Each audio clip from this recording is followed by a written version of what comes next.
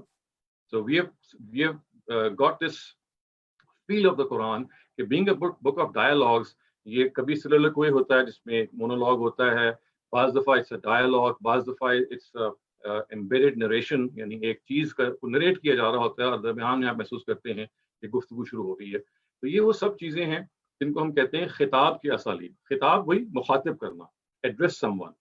سو آج ہم جس ٹاپک کو ڈسکس کریں گے ایز اے لٹری ڈیوائس، اس کو قرآن بہت زیادہ امپلوائے کرتا ہے. اور اگر آپ تھوڑا سا اپنے اندر اس کے لیے انس پیدا کر لیں گے، ممارست پیدا کر لیں گے، you'll able to understand a lot of stylistic features of the Quran which revolve around this address. اچھا، اب آپ یہ پوچھ سکتے ہیں کہ بھی اتنا امپورٹنٹ کیوں ہے؟ تو اس لیے امپورٹنٹ ہے کہ قرآن اپنے یونرا میں ایک ڈائلاگ ہے.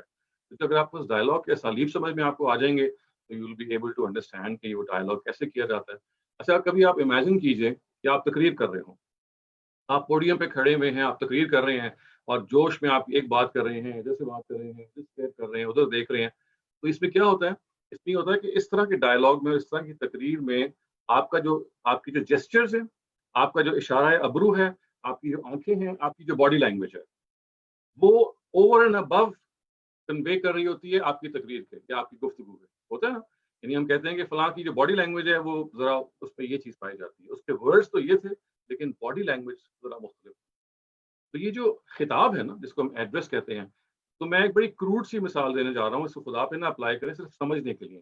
کہ اگر آپ جاننا چاہتی ہیں نا کہ باڈی لینگویج کیا ہے کسی مخاطب کی دوسرے مخاطب کو کرتے ہوئے، یعنی کسی متکلم کی کسی مخاطب کے ساتھ، کسی اسپیکر کی اسپوکن ٹو کے حوالے سے، یعنی اس نے الفاظ تو کہہ دیے ہیں لیکن موڈ کیا تھا کہنے وقت؟ غصہ تھا، خوشی تھی، اعراض تھا، التفات تھا. یہ ہے نا. یعنی میں جب آپ سے بات کرتا ہوں، میری آنکھیں، میرا چہرہ، میری باڈی جو ہے، it speaks more than my words. ہے نا. یہ بالکل ایسے ہی جو خطاب ہے نا، جو ایڈریس ہے، the type of address it speaks more than the words, it conveys much more than the words. میں بھی تھوڑی سی آپ کو اگزامپل دیتا ہوں لیکن میں آپ کو صرف پس منظر بتا رہا ہوں کہ خطاب اس لیے بہت امپورٹنٹ ہے کہ یہ آپ کی باڈی لینگویج کو، یعنی بولنے والے کی جو باڈی لینگویج ہے، بولنے والے کی جو جذبات ہیں، بولنے والے کا جو انداز ہے، وہ الفاظ کے علاوہ کیا کیا کچھ کنوے کر رہا ہوتا ہے، یہ وہ چیزیں کنوے کرتے ہیں. تو جب انسان لائیو آپ کے سامنے ہوتا ہے تو آپ کی باڈی لینگویج تو بڑی آسانی سے آپ پک اپ کر لیتے ہیں because the character is in front of you. لیکن یہاں تو جو بولنے والا ہے اور جس سے بولا جائے وہ تو آپ نے خود سمجھنا ہے قرآن کے ٹیکسٹ سے. تو ٹیکسٹ سے تو آپ سادہ لینگویج جو کچھ ان کا مکالمہ ہو رہا ہے وہ سمجھ لیں گے، لیکن وہ بات کرتے وقت اس کا طریقہ کیا تھا، اس کو مجھے ابھی تک یاد ہے کہ بہت سال پہلے کی بات ہے، ہم جو سائی صاحب سے ہم پڑھتے تھے وہ 30 ایئرز اگو. تو وہ یہ کہتے تھے کہ ہم یہ دیکھنا چاہتے ہیں کہ وہ بولنے والے نے منہ کیا بنایا جب وہ یہ بات کر رہا تھا، منہ کا کیا بنایا، کہ مطلب اس کا فیشیل ایکسپریشن کیا تھا. تو یہ ایڈریس یا خطاب آپ کو فیشیل ایکسپریشن کے بارے میں خبر دیتا ہے. اب میں آپ کے سامنے ذرا اسکرین شیئر کرتا ہوں تاکہ you're able to grasp some of the verses that I'd like you to understand. تو یہ آپ دیکھ رہے ہوں گے. Just let me put this to one side. تو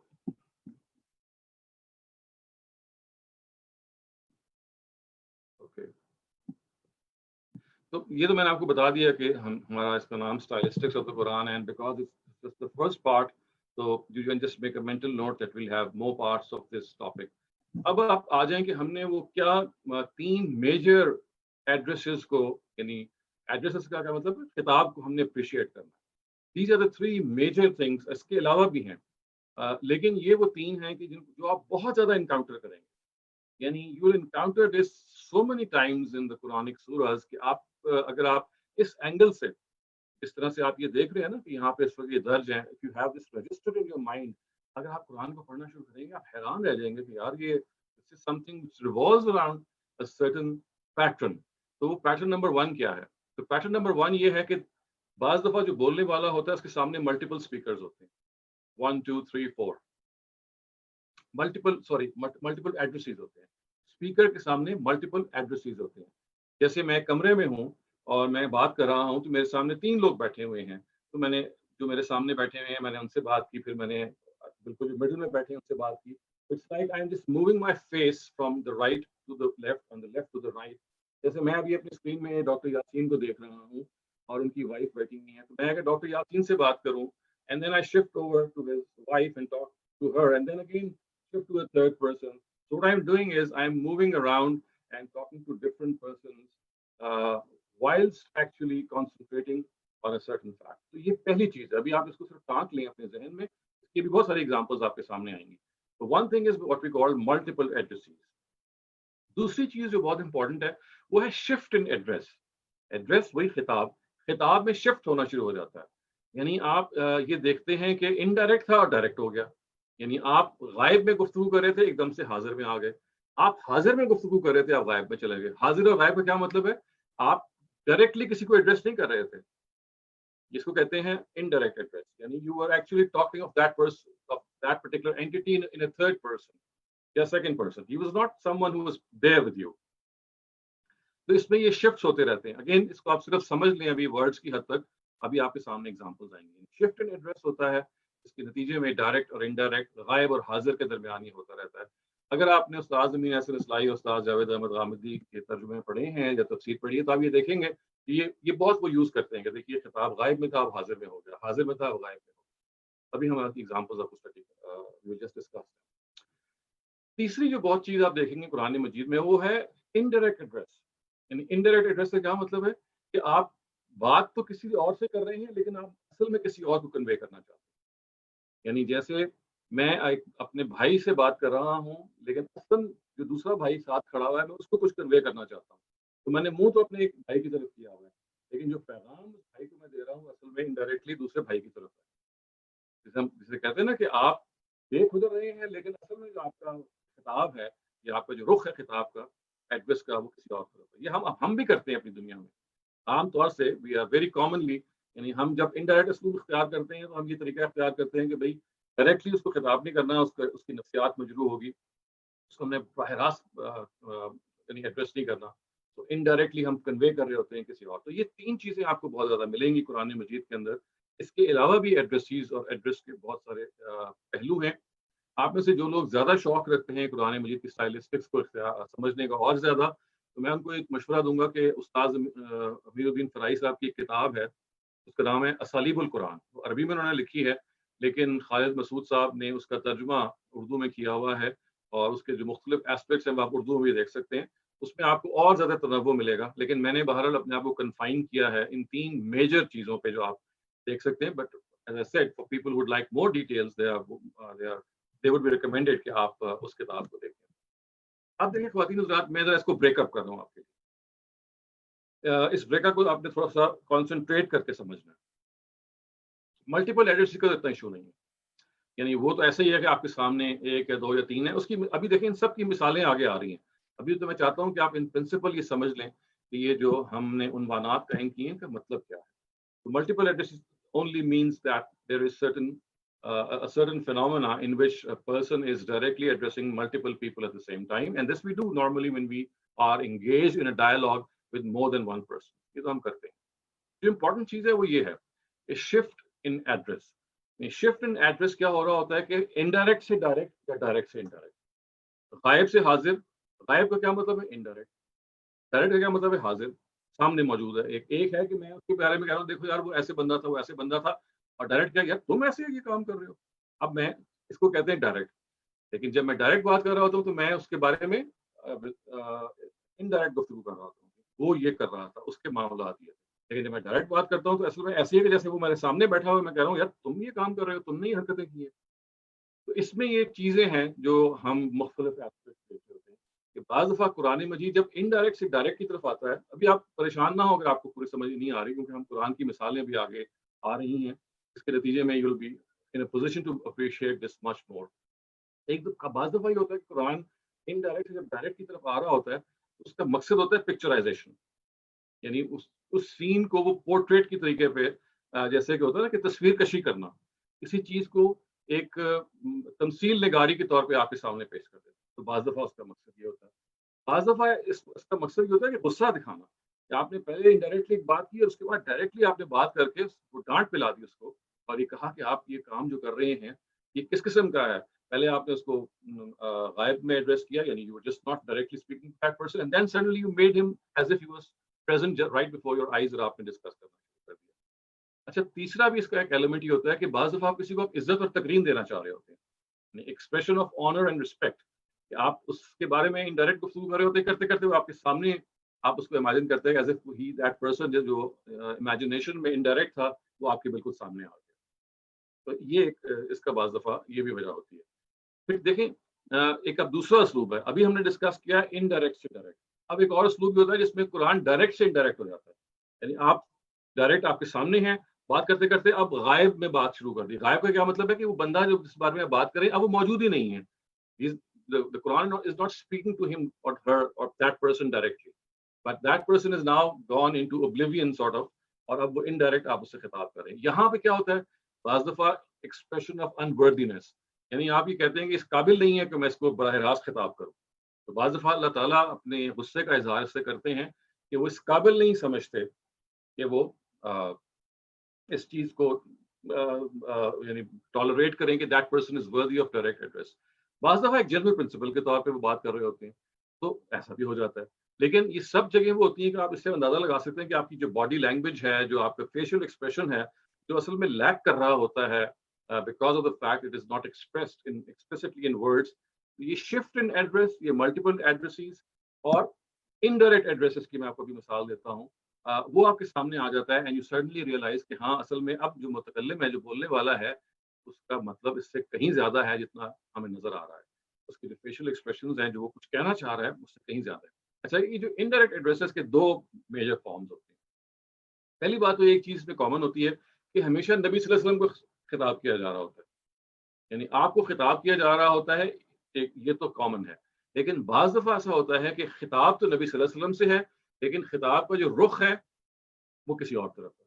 وہ مشرکین کی طرف ہو سکتا ہے، وہ قریش کی طرف ہو سکتا ہے، وہ اہل کتاب کی طرف ہو سکتا ہے. یہ ذہن میں تازہ کیجئے جو ہم نے ایک جانرا آف دا قرآن پہ ٹاک اسٹڈی کی تھی نا، اس میں ہم نے یہ کہا تھا کہ قرآن میں کچھ کیریکٹرز ہیں، تو انہی کیریکٹرز کے درمیان گفتگو ہو رہی ہوتی ہے. تو یہ اس سے ایکسیڈ نہیں کرتا، یعنی یہ جو ہم ایڈریسز کی اس وقت گفتگو کر رہے ہیں، یہ انہی 7 یا 8 کیریکٹرز کے درمیان یہ اس طرح سے خطاب ہو رہا ہوتا ہے. اس میں سے ایک اسلوب یہ ہے، یہ تیسرا اسلوب آپ کہہ لیجیے، جس کے اندر یہ ہوتا ہے کہ the prophet is actually addressed but the address is actually towards some other entity. اور پھر ایک اور ہوتا ہے کہ the prophet is addressed and the actual addressees are Muslims. یعنی پہلے میں تو opponents addressed ہوتے ہیں، لیکن دوسرے میں وہ نبی صلی اللہ علیہ وسلم is addressed, but it's not just he is addressed, there are some other entities as well which are addressed. تو تھوڑا سا یہ ایبسٹریکٹ بات ابھی آپ کو لگے گی، لیکن ڈونٹ وری اگر آپ کو ابھی تک زیادہ سمجھ نہیں آئی، کیونکہ یہ صرف پرنسپل اسٹیٹمنٹس تھی، ان کو بھی ہم نے مثالوں سے سمجھنا ہے. یہ میں نے آپ کو صرف اس لیے تعارف کروایا because if you are able to understand this terminology, اب آگے ہم نے صرف ایگزامپل اسٹڈی کرنی ہے، اور examples actually clarify what is meant here. اب دیکھیے، آپ کو یاد ہوگا ہم نے یہ کہا تھا کہ سب سے پہلے جو امپورٹنٹ چیز ہے وہ یہ ہے کہ قرآن مجید ملٹیپلی ایڈریس کر رہا ہوتا ہے، یعنی 1، 2 یا 3 لوگوں کو. یہ ایک مثال ہے سورہ یوسف سے. یہاں پہ آپ یہ دیکھ رہے ہیں سورہ یوسف کی جو یہ مثال ہے، اس میں 2 اینٹیٹیز کو ڈائریکٹلی ایڈریس کیا گیا، اور یہ ترجمے سے واضح ہو جاتا ہے. آپ کو یہ معلوم ہے کہ حضرت یوسف کو ایک جو ان کا سارا واقعہ ہے، اس میں ان کو جیل بھیج دیا گیا تھا، ان کو بے گناہ تھے، اور اس کے بعد جو عزیز مصر کی بیوی ہیں ان کو انہوں نے ظاہر ہے حضرت یوسف کو لبھانے کی کوشش کی، ان کو اپنی طرف لبھانے کے نتیجے میں جب وہ ناکام رہیں تو انہوں نے ایک جھوٹا قصہ گھڑا، جس کے نتیجے میں وہ سارا واقعہ ہوا جس میں حضرت یوسف جیل گئے، باہر آئے. تو پھر یہ ایک مکالمہ ہے کہ جو عزیز مصر نے کیا اور حضرت یوسف کو مخاطب کر کے یہ کیا، کہا کہ یوسف اعرض عن ھذا، اور پھر ایک دم سے اپنا رخ چینج کیا اور کہا کہ زلیخا کی طرف، واستغفری لذنبک انک کنت من الخاطئین. یعنی یہ بڑا سمپل اگزامپل ہے کہ یہاں یوسف کھڑے ہیں پہ، یہاں زلیخا کھڑی ہیں جو ان کی بیوی ہیں عزیز مصر کی.